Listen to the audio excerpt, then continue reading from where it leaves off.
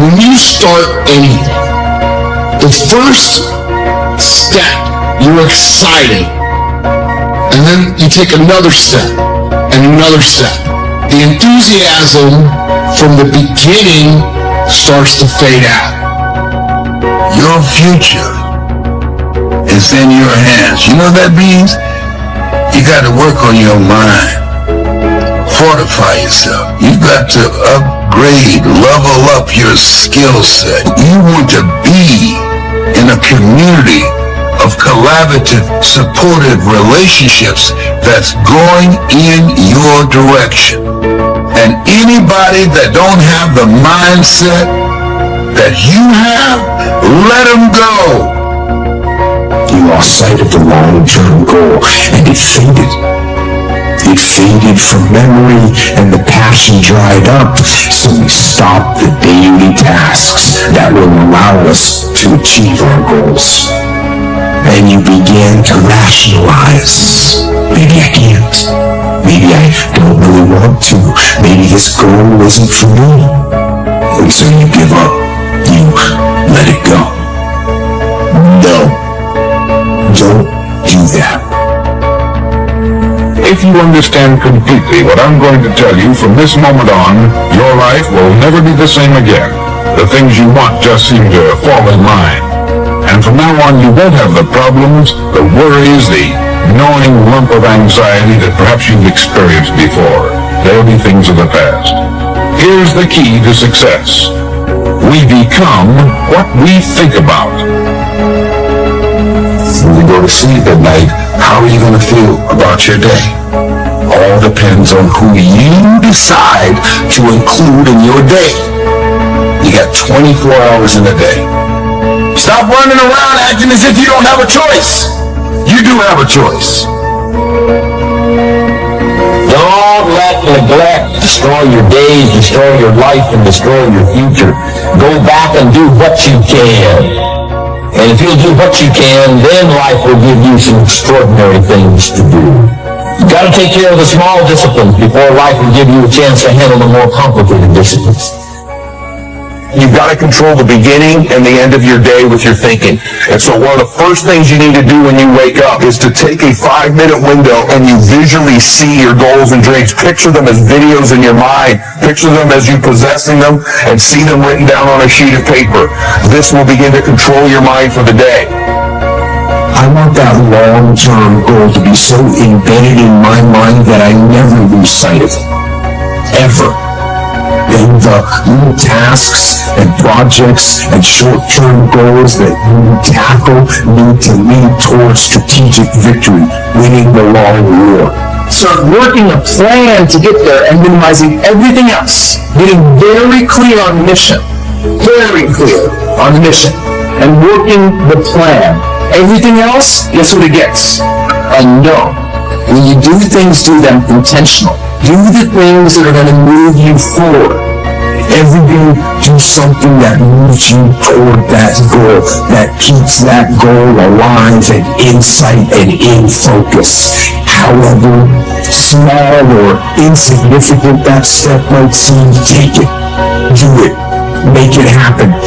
Because that goal isn't going to achieve itself.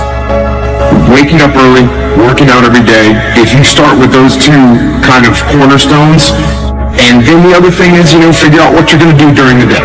Don't go to bed without a plan of how you're going to handle the next day. To go forward or to go back. You're going to always have that decision.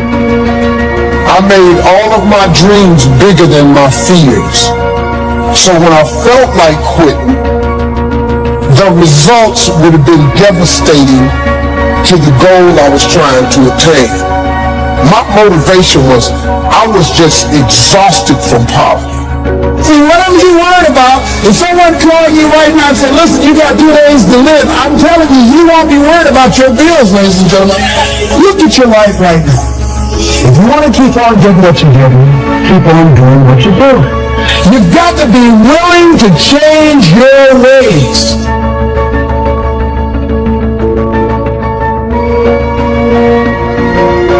You do have a choice.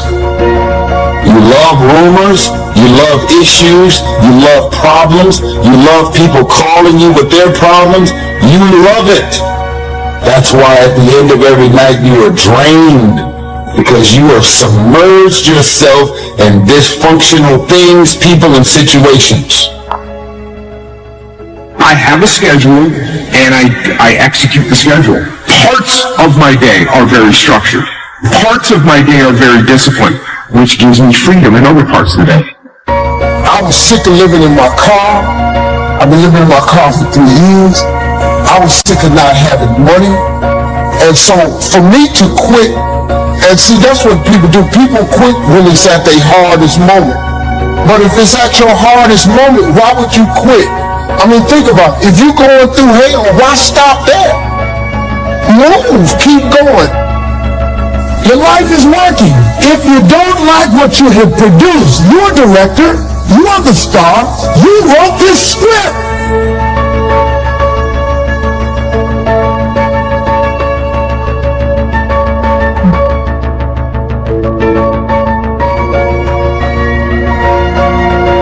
If you want to begin to make this stuff happen for you, I think that it's very important that you start trusting yourself. Listen to yourself. Don't try and make everything logical. There's some things about life that defies logic, that you just can't explain how the outcome is going to be. And then at the very end of the day, what I do, one of the last things I do after my prayer is I read through my goals and my dreams. I picture them when I get my sleep. It's going to work on revealing to me. It's playing back the video, believe it or not, of my day in my mind, and it helps me wake up ready to get them as well. They have the magic touch. You've heard them say that about someone. Everything he touches turns to gold. And have you ever noticed that a man who becomes successful tends to continue to become successful? It's because of goals. Some of us have them, some don't. People with goals succeed because they know where they're going.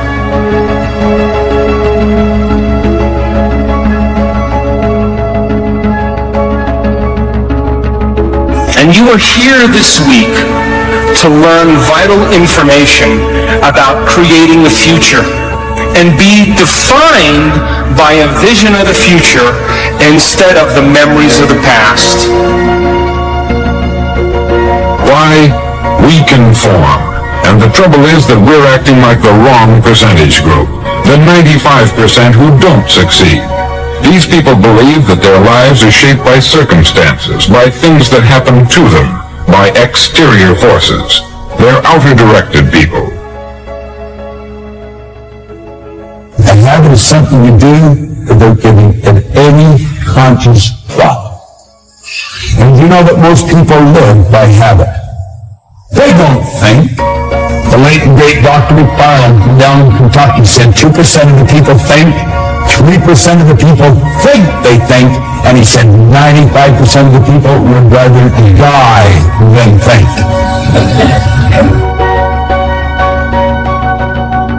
The wonderful thing is if you do what other successful people do, you eventually get the same result that they do.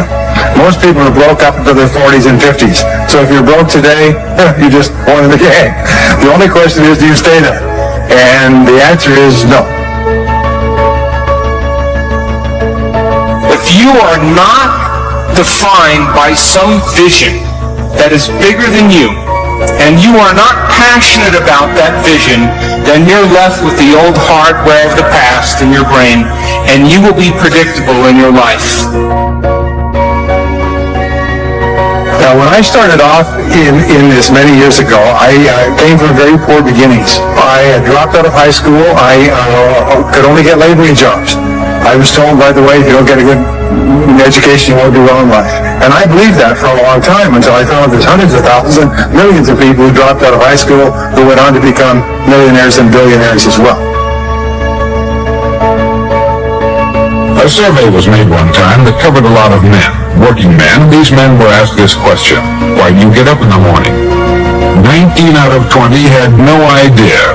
If you ask them, they'll say, everyone goes to work in the morning, and that's the reason they do it. Learning is the beginning of life change.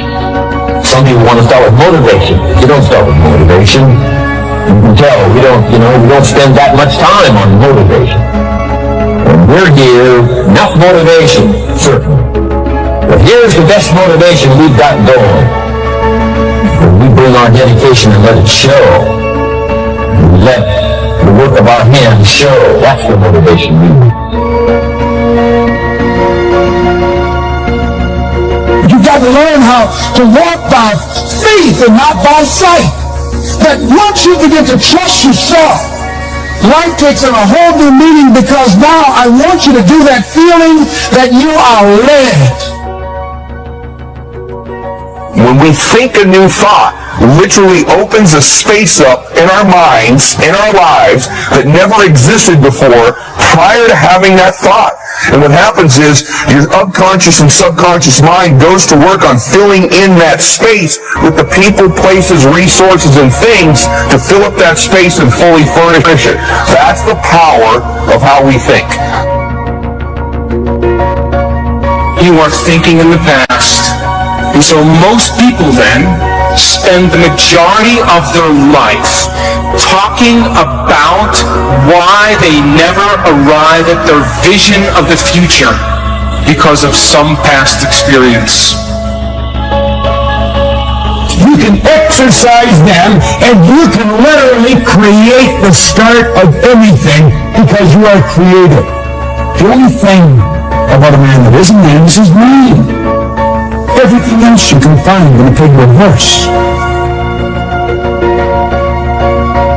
At some point, we all bought into this lie that you've got to feel ready in order to change. At some point, you're going to have the courage. At some point, you're going to have the confidence. And it's complete garbage. And so there are so many people in the world, and you may be watching this right now, and you have these incredible ideas, and what you think is missing is motivation.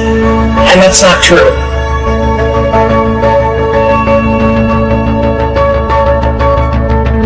We say that success is not an accident. Failure is not an accident. So if you just follow the tracks of other successful people, no matter where you're starting from, you eventually get to the same place that they get. The two most important things we need to have to be happy and healthy is a sense of control, things are happening for a reason, and a sense of coherence, a feeling that things fit together.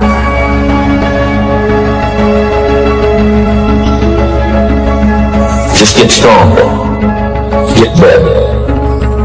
We've all got those personal winters. I'm asking all of you to get better in spite of the winters, in spite of the downturn, the money downturn, the social downturn, the personal downturn, whatever it is.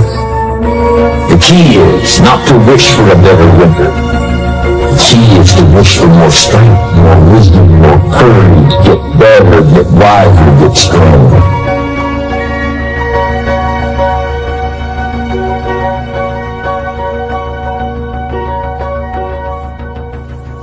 Some of you are having problems with battles of things you're trying to change and you can't change them. Old habits that you were keeping for the last 20 years and now you want to change and it's tough to change. If you keep watching pornography, you keep reading dirty books, now the first time you see it, it doesn't bother you. But if you keep seeing it, it becomes downloaded. When an idea comes into your mind, you want to ask yourself this question. Don't ask whether it's wrong or whether it's right. That's not the question. You know what the question is? Will that idea take me from where I am and move me in the direction of the star that I'm shooting at? You're never going to feel like it. Motivation's garbage. You only feel motivated to do the things that are easy. Was why is it so hard to do the little things that would improve my life? And what I've come to realize, the way that our minds are designed is our minds are designed to stop you at all costs from doing anything that might hurt you. But now let's make these notes now on setting goals. The promise of the future is an awesome force. We look back for experience, but we have to look forward now for inspiration. And what gives us inspiration to get up in the morning and do our job, learn skills, develop all that we can possibly be, is the promise of the future. And it can be so powerful that it can overwhelm any adversary you might have, any difficulties you might have. Here's a key phrase: reasons make the difference in how your life works out. Reasons make the difference in your appetite and zest for taking on the challenge, doing the job, becoming successful. Mr. Shelf said, if you have enough reasons, you can do the most incredible things. You can get through the most difficult day. You can overcome the most unbelievable challenges if you have enough reasons. And so he said to me, if you haven't got a list of your goals, Mr. Rohn, it's probably because you don't have enough reasons. He said, I'm sure since I've met you, you have enough intelligence. And he said, you have enough good health. And he said, you have, all of those things working for you. But here's what you must work on now is to have enough reasons. Looking into the future, developing reasons. Okay. Now here's a note to make. It's important to make sure that the greatest pull on your life is the pull of the future. Some people let the past pull them back. The past can be like gravity if you let it to pull you back. Some people live in the past. They live in the darkness of the past. They live in the mistakes of the past. They live in the discouragement of the past. They didn't make it, and that affects them for the rest of their life, living in the past. So we don't want the past to pull us back to live in the past. So make this note: dreams and goals can become magnets. Dreams and goals can become magnets. And the stronger the goal, the higher the purpose, the more powerful the objective, the stronger this magnet is that pulls you that direction. Now, not only does your goals and your objectives pull you that direction, here's what they also do. They pull you through. They pull you through all kinds of down days. They pull you through a difficult time. It'll pull you through some winter of your life.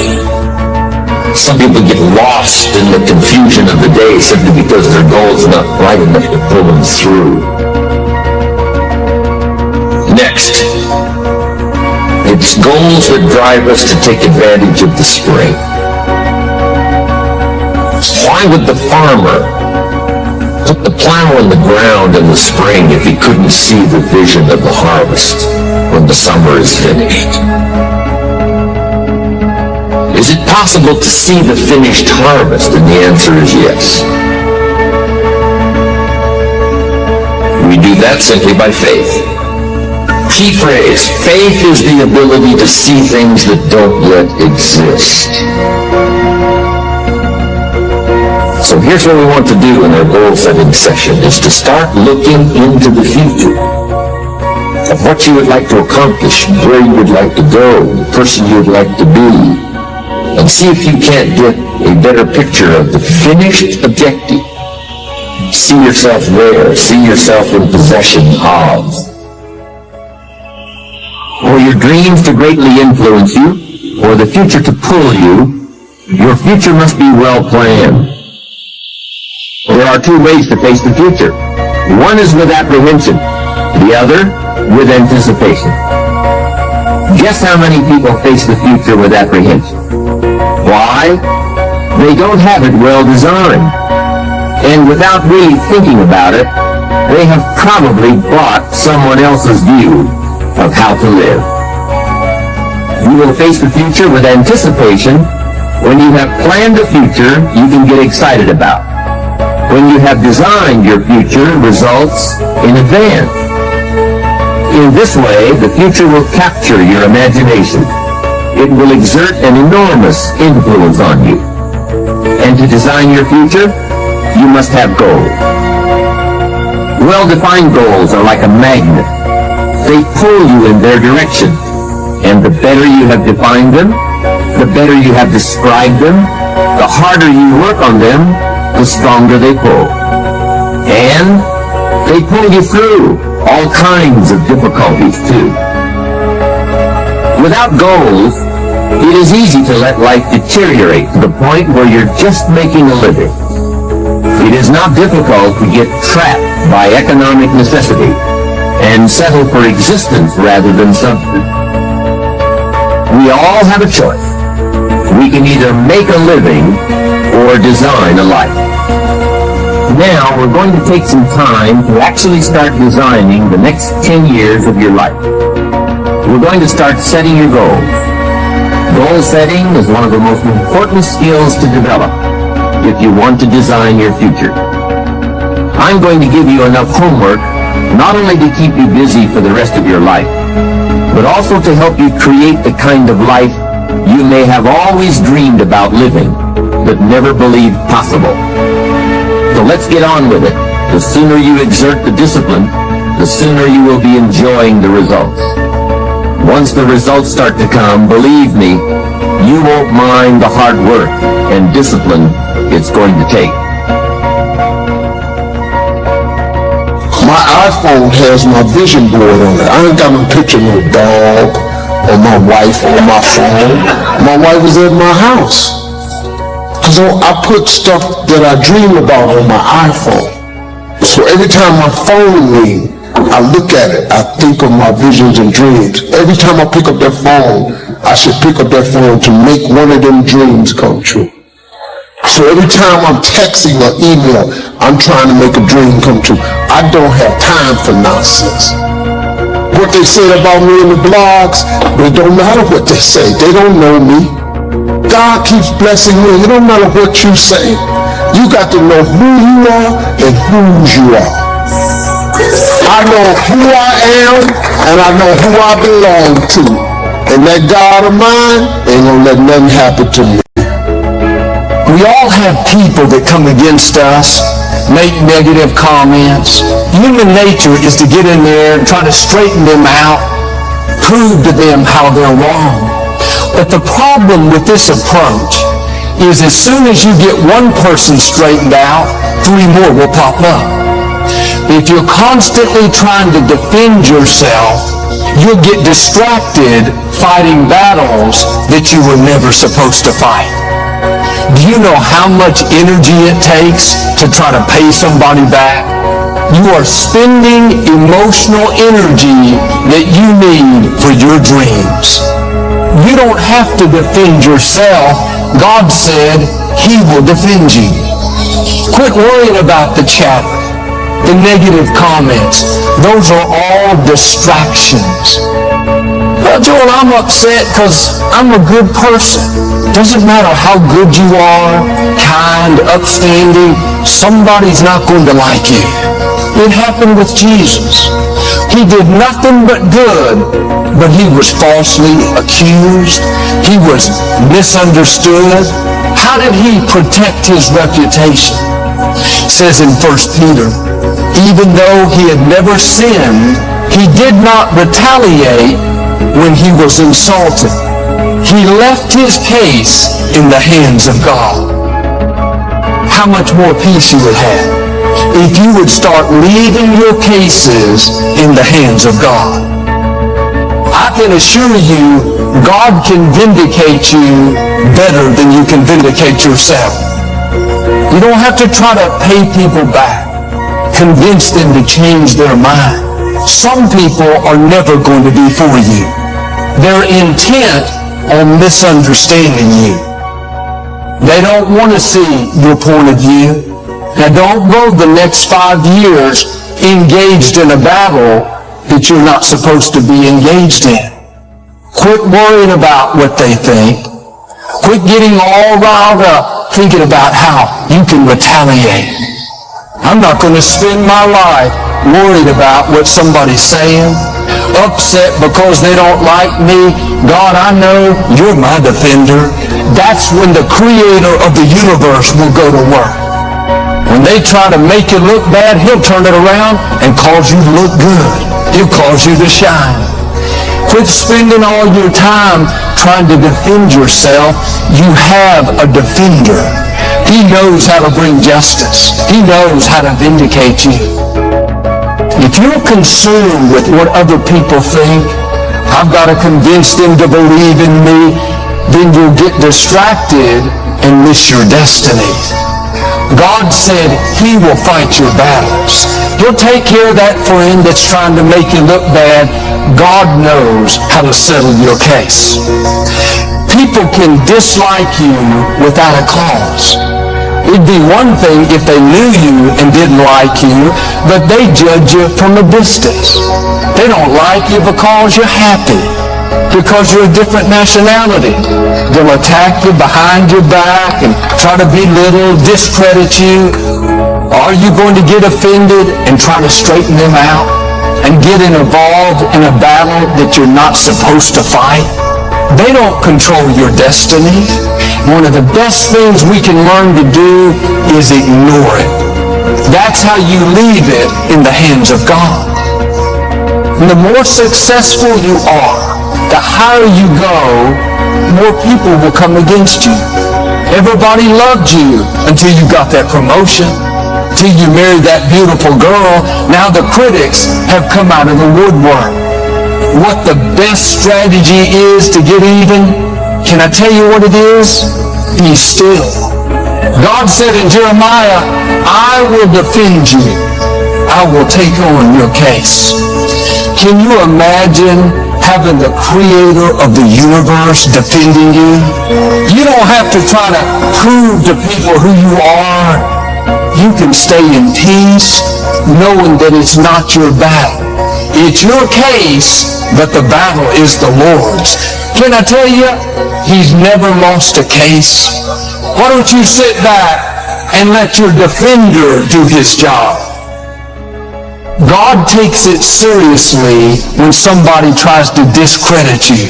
You don't have to get upset. God sees what's happening. And sometimes he'll cause them to be quiet. Other times he'll let them keep talking and just keep promoting you. They think they're hurting you. The truth is they're helping you. God is paying you back by taking you to new levels. That's your defender at work. I talked to a gentleman a while back, and he was very upset because his boss was against him. I told this man what I'm telling you, that God is your defender. Don't live frustrated trying to straighten your boss out. Just keep being your best. You're not working under people, you're working under God. This man went back to the office with a new attitude. And one day, the CEO of the whole company was in town. The CEO was very impressed with his work. About a year later, a position came available that should have gone to his boss, but the CEO offered the position to this man. Now, instead of having to work for this boss that's hard to get along with, the tables have turned. The boss is working for him. It says in Psalms, touch not my anointed. You are his anointed. God has heard every negative word spoken against you. Like with this man, vindication is on the way. New levels are coming. God is going to make things happen that you could never make happen. Quit living frustrated trying to win somebody over that's never going to be for you. Everybody's not supposed to be for you. You don't have to try to pay them back, get even. Just run your race with purpose, with joy, and let the negative bounce off of you. I don't mean to be negative, but somebody's always going to be talking about you. Somebody's always going to be jealous. That's not your battle. How much freer could you live if you would start leaving those cases in the hands of God? As long as you're honoring God, no person can stop you, no group. Promotion doesn't come from people, it comes from the Lord. Some people, no matter what you do, are not going to be for you. Not everyone is going to like you or understand you. If you want everybody to like you, you'll get stuck. How much time are you spending worried about what they're saying?